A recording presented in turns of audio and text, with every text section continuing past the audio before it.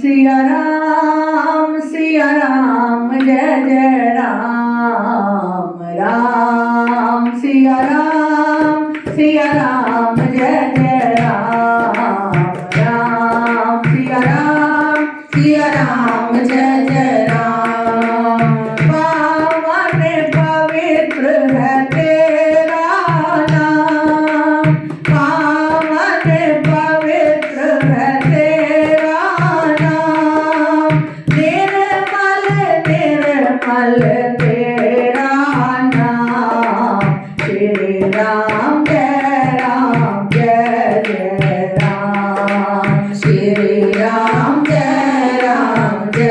जय राम ब्रह्म स्वरूप राम ब्रह्म ज्ञानी ब्रह्म स्वरूप राम ब्रह्म ज्ञानी इस सृष्टि के अंतर्यामी इस सृष्टि के अंतर्यामी श्री राम जय जय राम श्री राम जय जय राम राम सिया राम जय जय राम राम सिया राम जय जय राम राम सिया राम जय जय राम राम सिया राम जय जय राम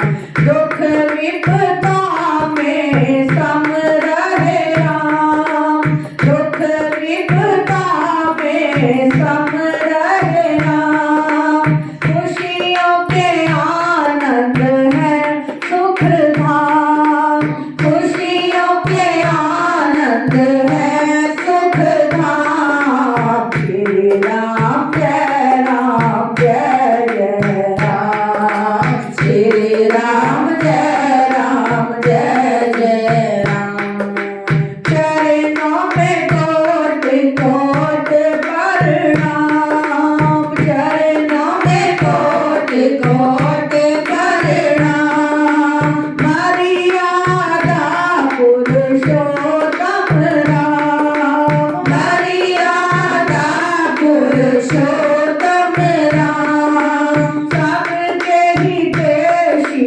है प्रभु राम सबके हितैषी है प्रभु राम सबके शरणागत है राम सबके शरणागत है राम श्री राम जय जय राम श्री राम जय जय राम अपनी निश्चल भक्ति देना अपनी निश्चल भक्ति देना इस हृदय विश्राम भी देना इस हृदय विश्राम भी देना नैनों में बस जाओ राम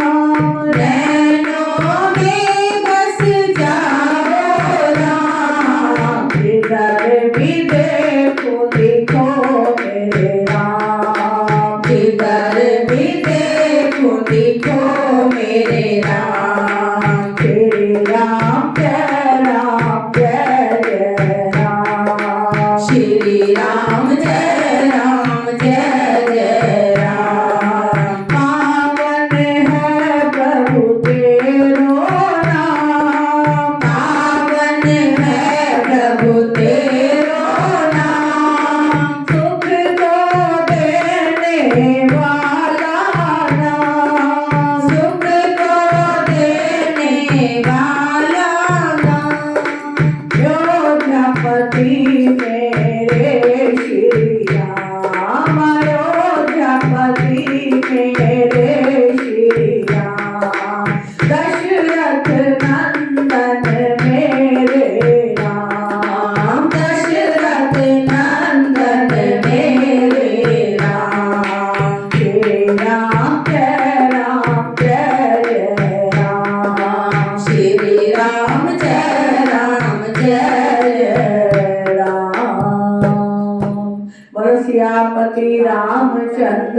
भगवान की जय। चले हर्ष तज नगर नृप, तापस बनिक भिखारी, रामा तापस बनिक भिखारी। जिमि हरि भक्ति पाए श्याम, तजहि आश्रमे चारि। सियापति राम जय जय राम, मेरे भगवान जय जय राम। करो कल्याण जय जय राम, सुखी मीर जनीर अगाधा। सिया राम सुखी मीर जनीर अगाधा। सिया राम जिमि हरि शरण न एकौ बाधा। सिया राम श्री हरि शरण न एकौ बाधा। सिया राम खोले कमल सहो कर कैसा। सिया राम निर्गुण ब्रह्म सगुण भय जैसा। सिया राम निर्गुण ब्रह्म सगुण भय जैसा। सिया राम गुंजत मधुकर मुखरे अनूपा। सिया राम सौंदर्य खगरव नाना रूपा। सिया राम चक्रवाक मन दुख निष्पेखी। सिया राम जिमि दुर्जन पर संपत्ति देखी। जय सिया राम चातक रटकत शाति होई। जय सिया राम जिमि सुख लहे न शंकर द्रोही। जय सिया राम सरदा तपन शशि अपहरही। जय सिया राम संत दर्श जिमि पातक डरही। जय सिया राम संत दर्श जिमि पातक डरही। जय सिया राम देख इंदु चकोर समुदारी। जय सिया राम चितवई जिमि हरि जन हरि पाई। जय सिया राम मसक दंस बीते हिम त्रासा। जय सिया राम जिम दिज द्रोह किए कुल नाशा। जय सिया राम जिम दिज द्रोह किए कुल नाशा। जय सिया राम भूमि जीव संकुल रहे, गए शरद ऋतु पाई। रामा गए शरद ऋतु पाई। सतगुरु मिले जाहि जिमे, संशय भरम समुदाय। सियावर राम जय जय राम, मेरे भगवान जय जय राम। करो कल्याण जय जय राम। बोलो सियापति रामचंद्र भगवान की जय। हाँ जी आओ।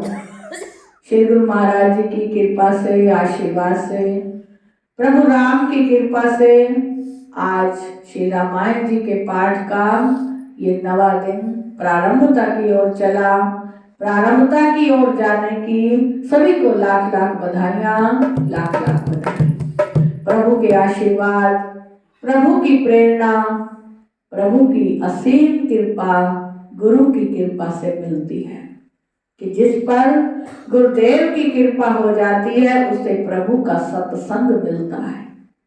हम बड़े ही भाग्यशाली हैं कि हम पर सतगुरुदेव की कृपा हुई तो प्रभु राम की भी कृपा हुई। ये प्रसंग उस समय का है जब भगवान राम सीता को खोजते हुए वन वन डोल रहे हैं और मां सीता का कोई पता नहीं लग पा रहा। वहां ढूंढते ढूंढते भिल्दी के पास गए। भिल्दी के आश्रम से भगवान सुग्रीव की ओर चल रहे थे किष्किंधा पर्वत की ओर। जैसे ही सुग्रीव ने देखा, क्योंकि सुग्रीव बाली का भाई है और बाली ने सुग्रीव की पत्नी को अपने पास हर लिया था, तो वो उनसे छिपकर युद्ध करते करते उनसे छिपकर रहने लगे किष्किंधा पर्वत पर। अब किष्किंधा पर्वत पर उन्हें डर रहता था कि कोई ऐसा जीव ना आ जाए बाली का भेजा हुआ कि उसे पता चल जाए और हमें वो वध कर दे। अब सुग्रीव छिप कर रह रहे थे। जैसे ही कई वानरों ने देखा भगवान राम और लक्ष्मण को आते हुए, तो उन्होंने कहा कि सुग्रीव से कि कोई साधु के गोश में आ रहा है, हो ना हो ये बाली का भेजा हुआ ना हो। तो सुग्रीव कहने लगे कि किसको भेजा जाए, ये पता चले कि ये कोई बाली का भेजा हुआ है या वैसे ही राहगीर है। वहां हनुमान जी ने कहा, क्योंकि हनुमान जी सुग्रीव की सेवा में थे। वह हनुमान जी ने कहा सुग्रीव जी से कि हे राजा सुग्रीव, मैं पता करके आता हूं कि ये दो व्यक्ति जो वन में साधु वेश में आ रहे हैं ये कौन है। हनुमान जी ने वहां अपना रूप नहीं दिखाया। किस रूप में आए? ब्राह्मण के रूप में। ब्राह्मण के रूप में आए और जब भगवान राम लक्ष्मण का रूप देखा, उनसे बातें पूछने लगे कि आप कौन हो। भगवान राम ने बतलाया कि मैं दशरथ नंदन कौशल्या का पुत्र हूं और पिता की आज्ञा को सिरोधार्य करके 14 वर्ष के लिए वनवास में आया हूं और वहां मेरी भारिया रावण जिसे हर कर ले गया उसकी खोज में मैं घूमते घूमते यहाँ आया हूं। भगवान का जब ऐसा परिचय मिला तो हनुमान जी ने राम को मन ही मन प्रणाम किया, क्योंकि बालपन में हनुमान जी ने राम की सखा को निभाया, सखा बन गए राम के और उनकी सेवा आराधना में रहे।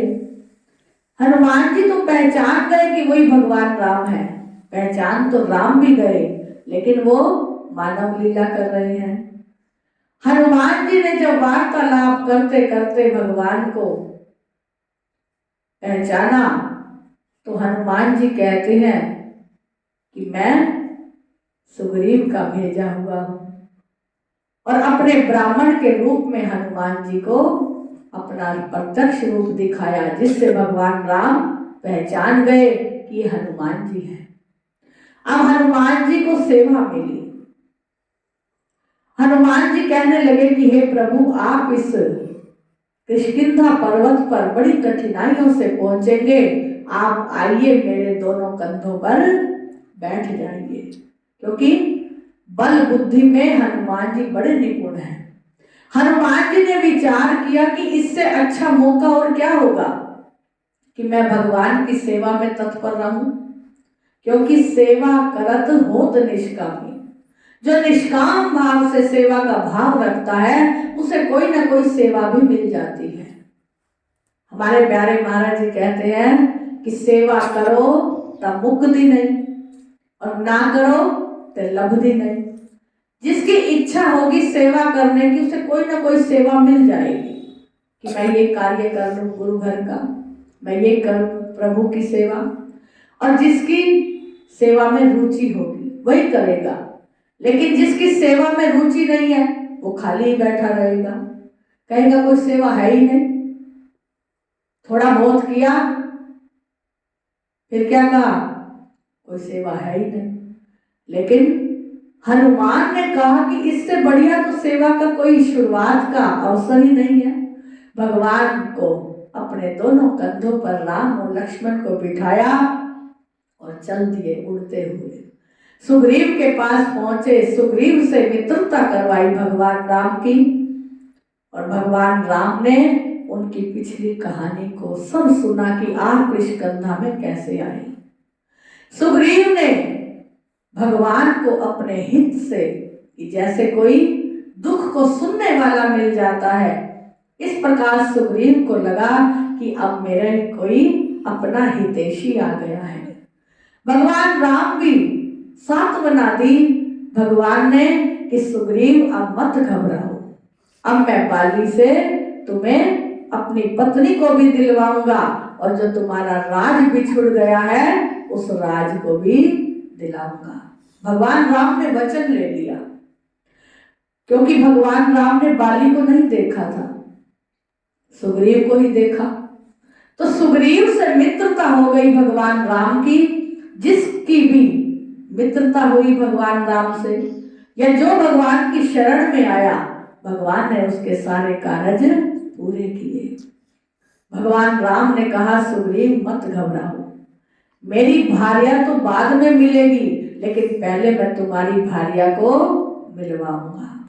लेकिन मित्र हो तो ऐसा हो, क्योंकि इसी रामायण जी में लिखा गया धीरज धर्म मित्र और नारी आपत काल परखिए चारी। धीरज कि हमें दुख में कितना धीरज आता है, कितना हम सहन कर सकते हैं, कितना उस दुख को अपने अंतर मन में बिठा सकते हैं।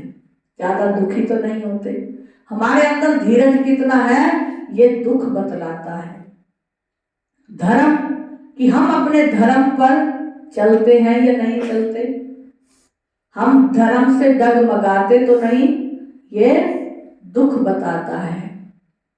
मित्र कैसा है, बनाने को तो मित्र हजारों बना लो, लेकिन जो आपत्ति में काम आता है वो सच्चा मित्र होता है। और नारी भी जो पतिव्रता रहती है, पति पर दुख आ जाए सुख आ जाए, वो अपने धर्म पर पतिव्रत पर अडिग रहती है। तो इसीलिए स्वामी तुलसीदास जी ने समझाया कि धीरज धर्म मित्र और नारी आपत्काल परखिए जानी। आपत्ति में ये चार यदि हमारे साथ रहते हैं तो समझिए ये सच्चे हितैषी अपने हैं। तो सुग्रीव से भगवान ने मित्रता की। भगवान राम ने ये नहीं कहा कि मेरा कार्य तुम पहले करो। हम जैसा होता तो कहता कि मैं तुम्हारे पास आया हूं तो मेरा कार्य तुम पहले कराओ, तुम तो वैसे ही रह रहे हो कब से। लेकिन भगवान राम ने क्या कहा कि मैं अपना कार्य बाद में करूंगा, लेकिन पहले तुम्हें बाली से राज्य और पत्नी को दिलवाऊंगा। सुग्रीव ने अपने अंदर धीरज धरा और विश्वास हो गया कि अब मेरा सब काम सफल होगा। सुग्रीव ने, जो माता सीता ने रावण से बचने के लिए कि मुझे बचाओ, मेरे राम को मेरा संदेशा देना, वो जब कपड़े में डालकर गहने डाले थे नीचे, वो सुग्रीव और सब वानर वहां बैठे हुए थे। जब वो धरती पर गहने गिरे कपड़े में बंधे हुए तो उन्होंने देखा कि रावण सीता को ले जा रहा है, लेकिन वो सीता को जानते नहीं थे उस समय। उन्होंने वो गहने रख लिए कि यदि कोई आएगा पूछता राही तो हम उसे दिखाएंगे। तो वही सुग्रीव ने भगवान राम को सब मां सीता के अनमोल रतन गहने दिखाए, जिसे देखकर भगवान राम बड़े द्रवित हुए, दुखी हुए कि सीता मां कितनी दुखी होकर रावण के साथ गई। छल कपट से रावण लेकर गया। वहां भगवान ने प्रतिज्ञा की कि रावण अब तेरा विनाश स्थिर है, अवश्य तेरा अब विनाश होगा, क्योंकि तूने एक मां सीता पर दुख दिया है। अब सुग्रीव ने सब कुछ बताया और सुग्रीव को भगवान राम ने युक्ति से कहा कि जाओ और उसे युद्ध के लिए ललकारो। पहली बार जब युद्ध के लिए ललकारा, बाली आया, युद्ध हुआ, लेकिन सुग्रीव हार कर आ गया, क्योंकि बाली के अंदर बहुत बल था। अपने बल से ही उसने हरा दिया था। जब दोबारा आया तो कहने लगा प्रभु मैं बाली के हाथों से नहीं बचूंगा। भगवान राम कहने लगे कि मैं छिपकर तो खड़ा था, लेकिन मुझे तुम दोनों भाइयों की एक सूरत है, मुझे पता ही नहीं चला कि बाली कौन सा है और सुग्रीव कौन सा है। क्योंकि जब उनका दोनों का युद्ध हुआ तो भगवान राम पेड़ के पीछे खड़े हो गए छिपकर कि मैं बाली को तीर मारूंगा और वहीं उसका वध हो जाएगा। ये मित्र का धर्म निभा रहे हैं भगवान। अब फिर अगली बार सुग्रीव के गले में फूलों की माला डाली गई कि तेरी पहचान होनी चाहिए। वहां मल युद्ध हुआ, बाली को ललकारा सुग्रीव ने और वहां भगवान मल युद्ध करते करते बाली का वध कर दिया। अब बाली ने जब देखा कि मुझे तीर किसने मारा है, बिलखते हुए धरती पर गिर पड़े और कहने लगे कि ये तीर मारा तो मारा किसने? मल युद्ध तो मेरा और सुग्रीव का हो रहा था। बाली क्रोध में भी आए कि कौन है जो मुझे सामने आकर नहीं मारा और मुझे पीछे से वध किया है। भगवान राम सामने आ गए, कहने लगे कि आपका अपराधी मैं हूं। क्योंकि भगवान राम ने सुग्रीव से मित्रता कर ली थी। बाली से कोई दुश्मनी नहीं थी भगवान की, कोई शत्रुता नहीं थी, लेकिन सुग्रीव उनका मित्र बन चुका था, इसीलिए उन्होंने बाली का वध किया। बाली ने कहा कि प्रभु, आपसे तो मेरी कोई शत्रुता नहीं थी, लेकिन फिर आपने मुझ पर तीर क्यों चलाया? भगवान राम कहने लगे कि ये आज मेरा भी कर्म बन गया कि कर्म प्रधान विश्व कर रखा। विश्व में कर्म ही प्रधान है, और आज मैं कहता हूं कि मेरा भी ये कर्म बन गया है। बाली से भगवान राम ने कहा कि कोई बात नहीं बाली, अब तो मैं सुग्रीव की मित्रता में बंधा हुआ था, लेकिन जब मैं अगला जन्म द्वापर में श्री कृष्ण का लूंगा, वहां अवतार लूंगा, तो तुम मुझे इसी तीर से मारना। आज मैंने तुम्हें छिप कर मारा, फिर तुम मुझे छिप कर मारना। भगवान ने अपने कर्म का भुगतान भी बता दिया।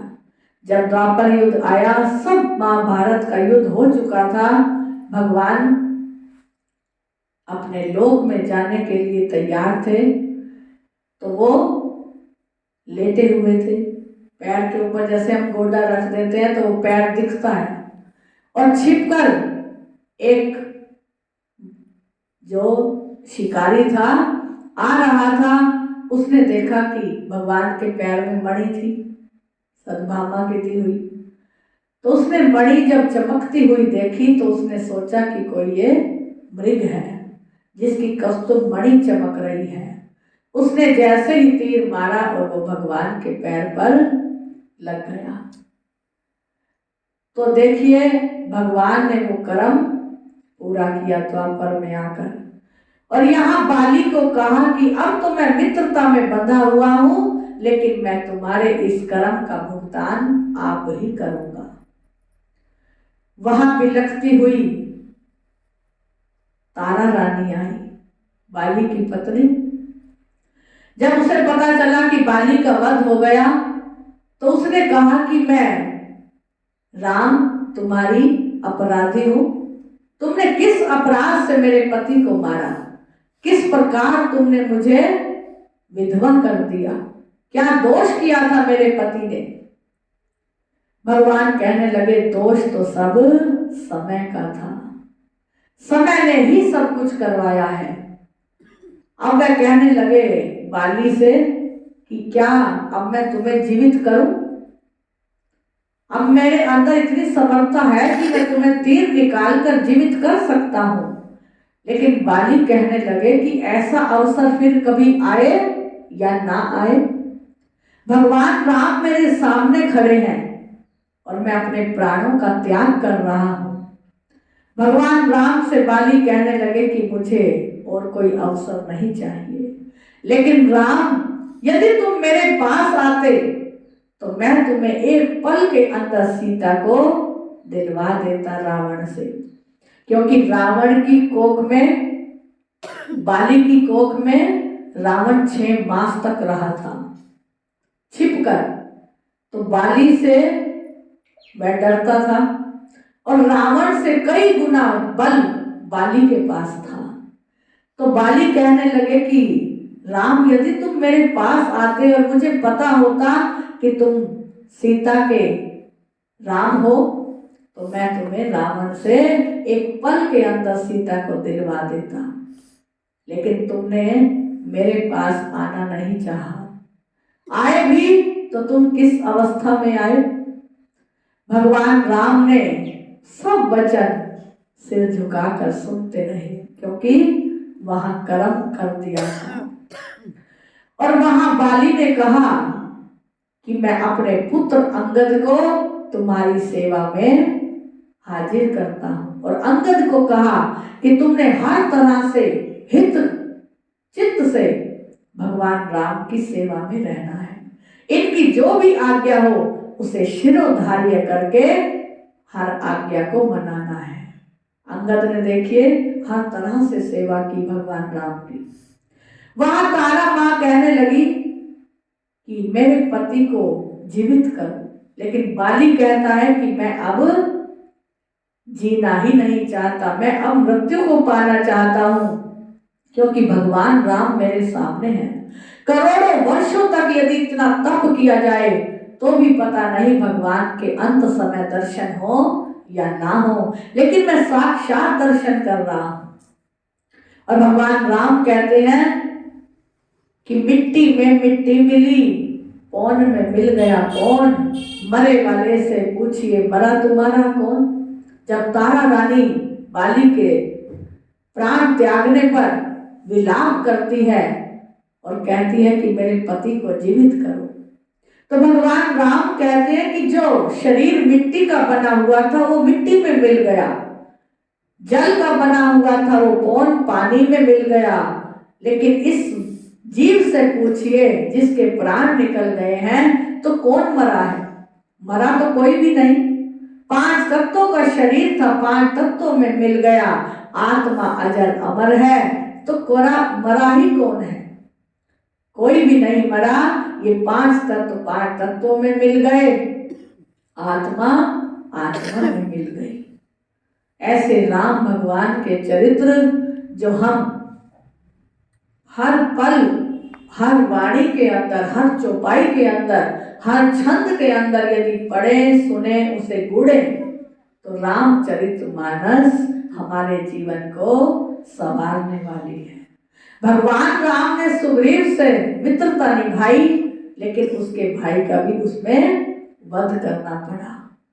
फिर जब भगवान राम ने सब वानरों का साथ लिया, सुग्रीव को राज तिलक किया, राज तिलक करके सुग्रीव को कहा कि तू कुछ दिन तक अपने राज्य को संभाल। वहां जाकर सुग्रीव अपने मद में खो गया, राजसी ठाट में।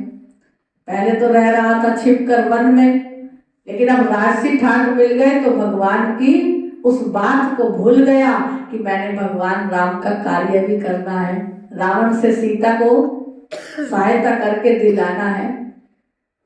तो भगवान राम ने फिर उसे याद दिलाया तो सुग्रीव ने क्षमा मांगी कि भगवान मैं भी इस माया में भूल गया था, थोड़ी ये राजसी मद मुझे भी सता रहा था, लेकिन अब मैं आपकी सेवा में हाजिर हो गया हूं। बाद में फिर हनुमान जी को भगवान राम ने कहाँ भेजा? लंका में। सब वानरों में कोई भी जाने को तैयार नहीं हुआ। कोई कहता मैं इतने योजन तक जा सकता हूँ समुद्र पार करके, कोई कहता मैं इतना, लेकिन हनुमान जी को शक्ति थी लेकिन वो भूल चुके थे। उस शक्ति को याद दिलवाया किसने? जामवंत ने। सुंदरकांड के अंदर हम पहली यही लाइन पढ़ते हैं, जामवंत के वचन सुहाए, सुनो हनुमंत हृदय मोय भाई। कि जामवंत ने याद दिलवाया कि तुम्हें चौकी मुनि का श्राप मिल चुका है। जब तुम बालपन में इतने बल को रखने वाले थे तो तुमने सूर्य को भी अपने मुख में ले लिया। क्या समझकर? फल समझकर उड़े आप आकाश में, तेरा सूरज को खाना गजब हो गया। जय हो तुम्हारी जी बजरंग बली, तेरा कलयुग में आना गजब हो गया। देखिए एक हनुमान जी ही है जो सतयुग में भी थे, त्रेता युग में भी थे, द्वापर में भी थे और कलयुग में भी अजर अमर है। मां सीता का उन्हें वरदान मिला, अजर अमर अतुलित बल हुई। और जब बालपन में उन्होंने अपने इस वैभव को दिखाया और चौकी मुनि जब सिमरन में साधना में बैठे हुए थे भगवान की, तो उन्होंने उसे भी डगमगा दिया। कभी आसमान की ओर ले जाते हैं, कभी धरती की ओर। तो चौकी महामुनि बड़े परेशान हुए कि ये ऐसा अद्भुत बालक कौन है जो छोटी आयु का है और इतना बल रखता है। तो उन्होंने उसे क्रोध में आकर श्राप दे दिया कि हे वत्स, जिस शक्ति को तुम व्यर्थ ही गवा रहे हो, ये शक्ति तुम्हें भूल जाएगी। भगवान हनुमान जी को जब ये श्राप मिल गया तो सभी देवी देवता, पवन, अंजनी मां चौकी मुनि के पास आए कि हे प्रभु ऐसा वर मत दीजिए, श्राप, आप इसे आशीर्वाद दीजिए। तो वहां चौकी मुनि ने ध्यान धर कर देखा कि इन्होंने प्रभु राम के कार्य को करना है। फिर उन्होंने आशीर्वाद दिया कि जाओ, यदि तुम्हें तुम्हारी शक्ति को याद दिलाएगा तो उस समय तुम्हारी शक्ति फिर वापस आ जाएगी। आज वो शक्ति भगवान राम की जरूरत थी। जामवंत की शक्ति, जामवंत को ही पता था कि ये शक्ति भगवान हनुमान जी की वापस आनी चाहिए। ये अपनी शक्ति को भूल चुके हैं। जब उन्हें शक्ति याद आई तो उन्होंने 7 योजन का समुद्र भगवान राम के जयकारे लगाकर पार कर दिया। क्या कहा? जय श्री राम, जय श्री राम। वहां सुरसा को भी उन्होंने अपनी बुद्धि और चतुराई से जीत लिया। ये राम की महिमा जितनी रामायण में है और सुंदरकांड के अंदर हनुमान जी की महिमा है। तभी हमारे प्यारे महाराज जी बड़े सुंदर शब्दों में फरमाते हैं, सेवक से स्वामी बड़ा, स्वामी से सेवक बड़ा, और चारों युग परमाण, राम गए पुल बांध के कूद गए हनुमान। राम को पुल बांधना पड़ा जाने के लिए, लेकिन भगवान राम का नाम लेकर हनुमान जी क्या हो गए? समुद्र से पार हो गए। उन्हें जरूरत नहीं पड़ी किसकी? पुल बनाने की। तो जहां भक्ति, जहां सेवा, जहां संयम होता है वहां भगवान के नाम से सब कार्य सिद्ध हो जाते हैं। राम से बड़ा राम का नाम। राम राम करते हुए हनुमान लंका में पहुंच गए और राम राम लिखकर वानरों ने पुल को तैयार कर दिया। भगवान राम की महिमा अत्यंत प्रभाव देने वाली है, हमारे जीवन को बदल देने वाली है। जब पुल बन रहा था तो एक गिलहरी आई कि मैं भी भगवान राम की सेवा करूं। भगवान राम का पुल बन रहा है, मैं बड़ी सेवा तो नहीं कर पाऊंगी लेकिन छोटी सी तो कर दूंगी। अपनी चोंच में रेत भरकर थोड़ी थोड़ी उन पुल में जो पत्थर लग रहे थे उसमें डालने लगी। भगवान राम वहां बैठे सब देख रहे थे और पास गए उस गिलहरी के, उन्हें आशीर्वाद दिया कि गिलहरी ये तुम्हारी सेवा हम हमेशा याद की जाएगी। और भगवान राम ने जैसे ही उसे आशीर्वाद दिया, गिलहरी के शरीर पर सारा हाथ फेर दिया, तो उसके आज भी हम कभी गिलहरी को देखें तो क्या होता है? उसके उंगलियों के निशान वो भगवान राम के हैं। उसकी शरीर की कला को इतना सुंदर बना दिया भगवान ने कि जब हम विचार करें कि हम तो बड़ी सेवा कर नहीं सकते, छोटी भी रह जाती है, लेकिन भगवान राम ने गिलहरी के माध्यम से हमें समझाया कि चाहे इतनी सेवा हो या इतनी हो, लेकिन भाव होना चाहिए। चाहे हम छोटी सेवा कर सकते हैं, बड़ी सेवा कर सकते हैं, कोई भी संत समागम हो, कहीं यज्ञ हो, हवन हो, भंडारे हो, हमें वहां जाकर अपनी कार सेवा जरूर करनी चाहिए। तन से, मन से, वाणी से, हाथ पैर से सेवा जरूर करेंगे तो प्रभु का आशीर्वाद प्राप्त करेंगे। देखिए गिलहरी ने अपनी समर्थानुसार जो सेवा की, उससे भगवान राम ने उसे हमेशा के लिए वर दे दिया। तो हम भी यदि प्रभु की सेवा करेंगे, प्रभु नाम का चिंतन करेंगे, सतगुरु के चरणों की सेवा करेंगे तो हमारा भी तन मन उज्जवल हो जाएगा। ये जीवन सुखी होकर लोक सुखी और परलोक सुहेला होगा। बोलो साचे दरबार की जय। सतचित आनंद को मेरी है प्रणाम, जिस जाने से अग मिटे प्रगट आत्म राम। चरण बंधु गुरुदेव के दोए जोड़ करूं प्रणाम, ज्योत जगेती मर मिटे, हृदय करो विश्राम। जड़ चेतन का ज्ञान होए बुद्धि प्रकाश, जीव जगत और ब्रह्म का हृदय होवे भास। जीव जगत और ब्रह्म का हृदय होवे भास। बोलो जयकारा बोलो मेरे श्री गुरु महाराज की जय।